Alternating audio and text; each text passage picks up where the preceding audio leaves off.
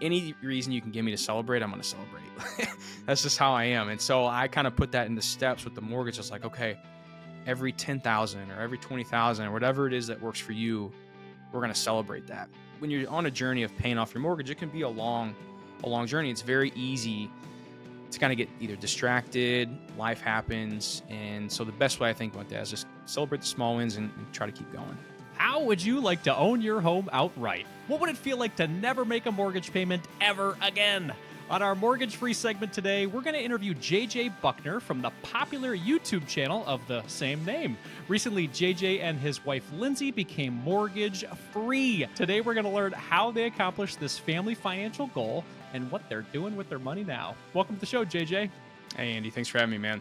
Absolutely. Well, you and I have known each other for years now, and I'm glad to connect with you on the show. I feel like this has been a long time coming, but I appreciate you making it and being transparent on your mortgage-free journey. I like to start off these interviews with the mortgage-free 3. These are quick, short answers to help people understand what you did with this mortgage payoff process.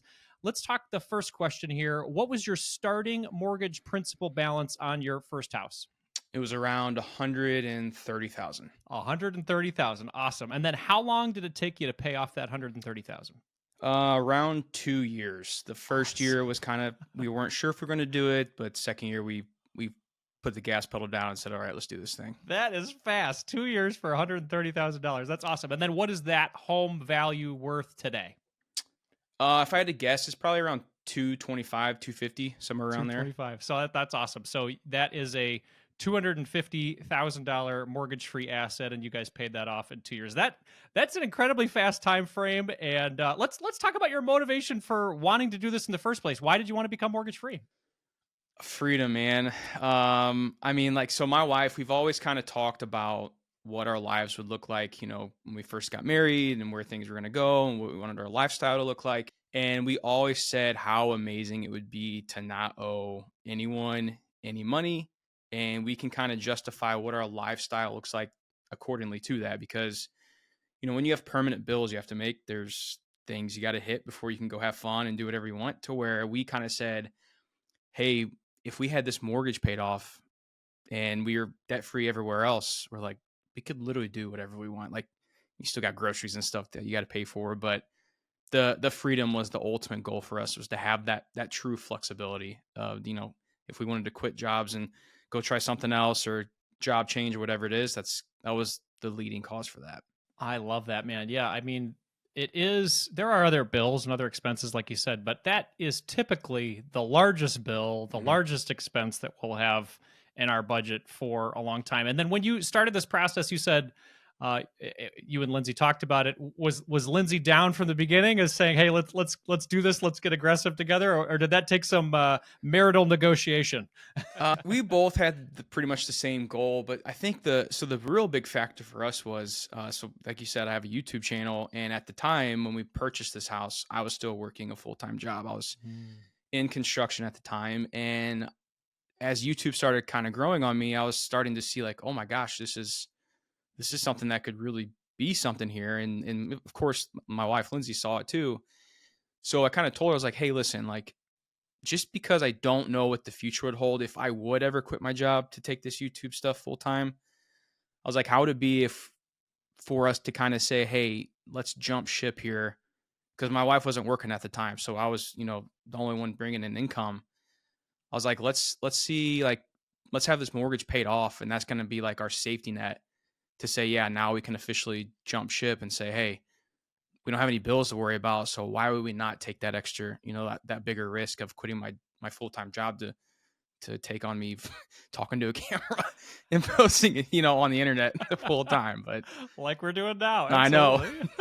So that was the first step. Then you guys had the discussion, you had the goal, you had the conversation. Talk to us about the next steps that you did there. Did you do things to increase your income during that time, decrease expenses, or did you just start allocating as much of it you can towards the mortgage payoff? Talk to us about that process. So I would say once we decided that, we were like, okay, once the mortgage is paid off or getting close to being paid off, like, I'll quit my job.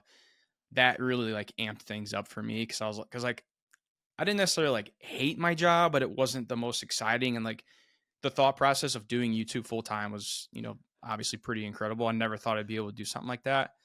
So that lit a fire under my butt. And I started, I was already very budget focused and everything, but I wanted to look at different ways that I could put more towards that mortgage faster. And the best thing that was for me, because we already had our budget set straight, was increasing my income.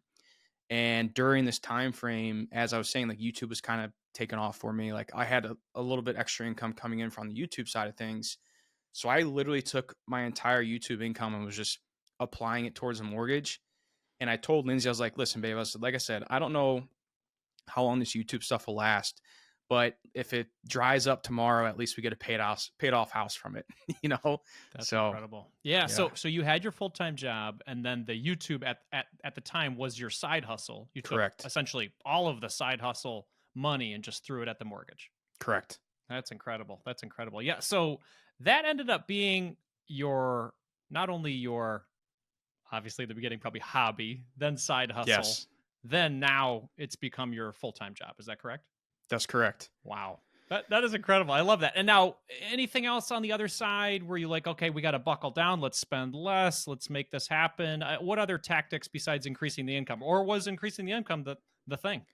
I mean, that was it, man. Like, I mean, obviously, like we lived on a budget already. We've already cut costs out of our budget to kind of get what we needed and the goals we wanted. But I would say that's definitely a big bonus if you're on a debt-free journey and you're looking to pay off some debt. Like, obviously, cutting costs is the first, I think, big step, and like just getting on a budget. But since we were already doing that, I was like, the best way I can do this is to figure out a way to hustle more, to increase that income, to hit that goal even that much faster. Because like when you have your set amount and your set budget, like you can only have so much to work with.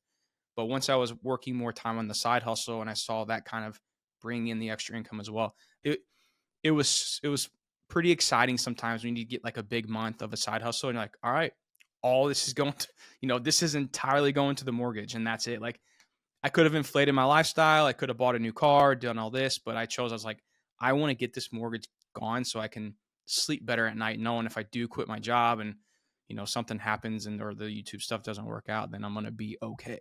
That's incredible. That's incredible. And now, during that period of time when you had the full time job and you were amping up the YouTube channel, your hours were probably pretty busy in a week. Talk to us about your hours, maybe during that time frame, and maybe where they are today. Yeah, so at that time, so I was a project manager for a construction company. So like anybody who works construction out there, times can be long. So there'd be 40-hour weeks, there'd be 60-hour weeks. It was just kind of, take it as it came. And then I'd go on evenings and weekends with solely YouTube focus. And like you said, Andy, like it started off as a hobby, right? Like my wife was sick and tired of me talking to her about our finances and the game plans we had and what I learned and all this. She's like, you need an outlet. So this was I started my channel in 2018.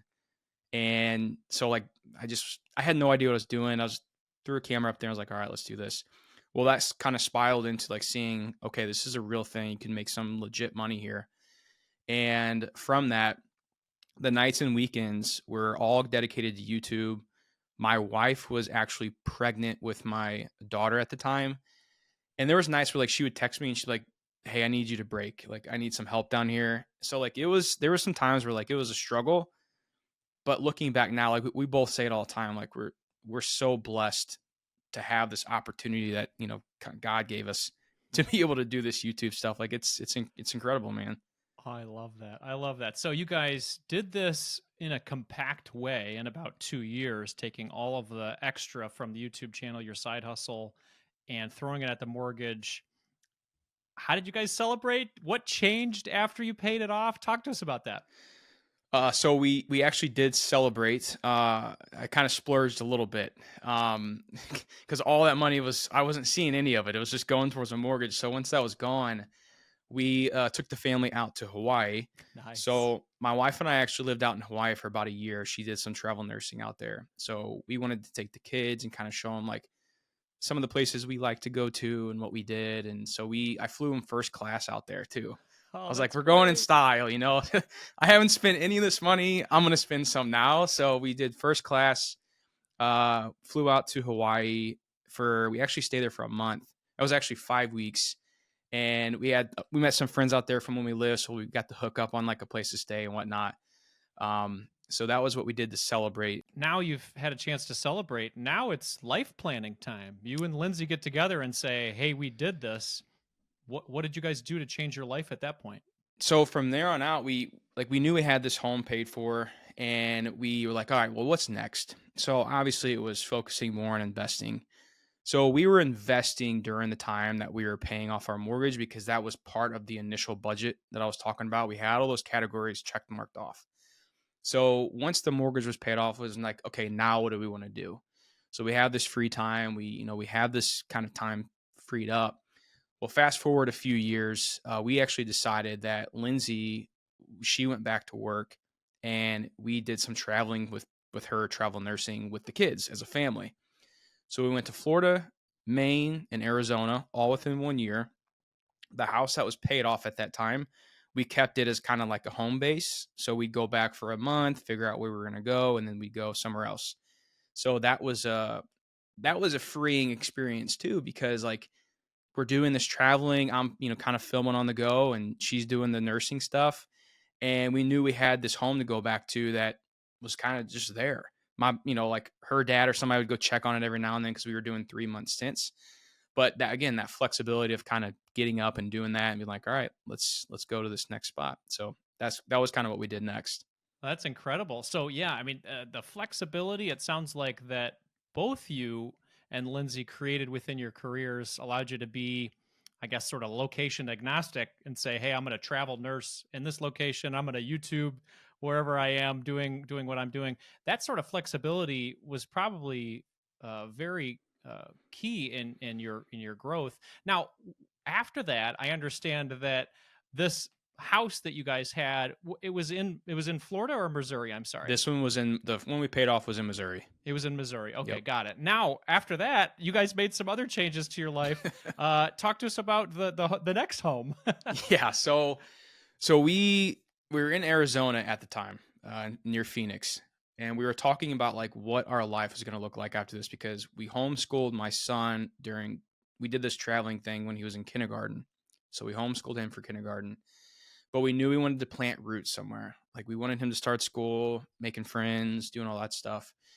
But we knew we didn't want to go back to the area that home was at. That was just it's a great place to live. It was just we knew we wanted something a little different.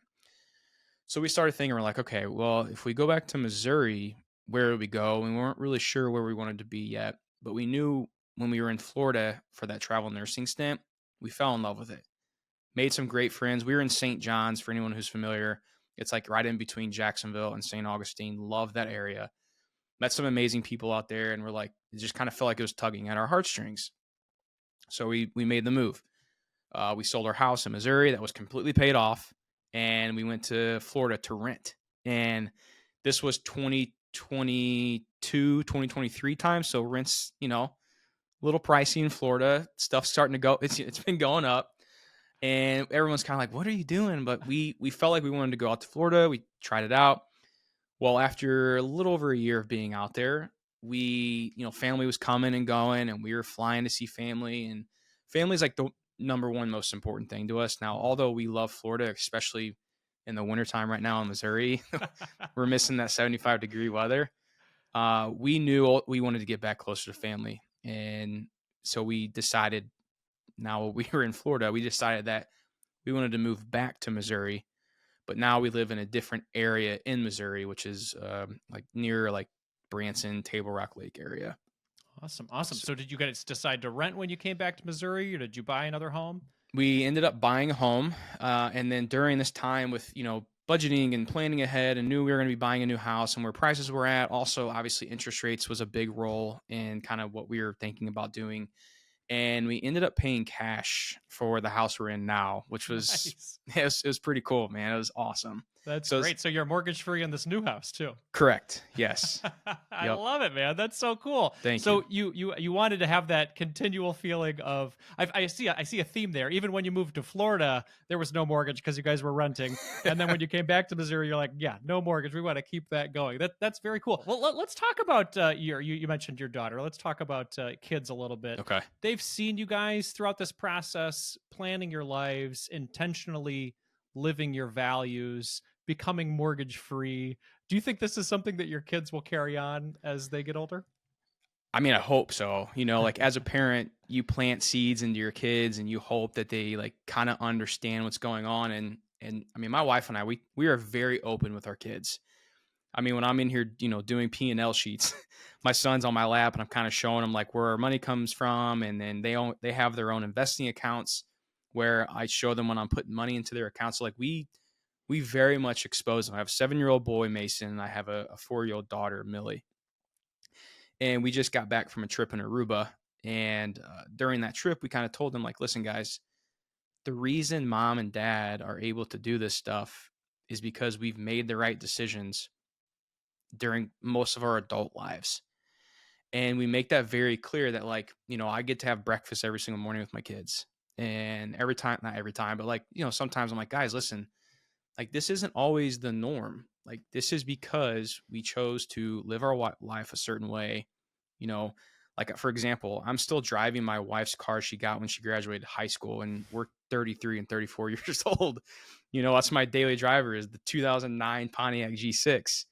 And so like there's been major sacrifices that we've done and made that we try to tell our kids that, because I want them to understand like there's certain things that have to be done in order to get this lifestyle that my wife and I have created for ourselves.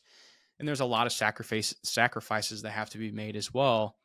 But the true thing is like there's that end goal in sight, and like what we're living at now, it's pretty cool to talk about, man, because I mean, I remember having nights with my wife, Lindsay, in bed and just like sitting there talking about, oh, I cannot wait till we're here. I cannot wait till we just get to do this and do that.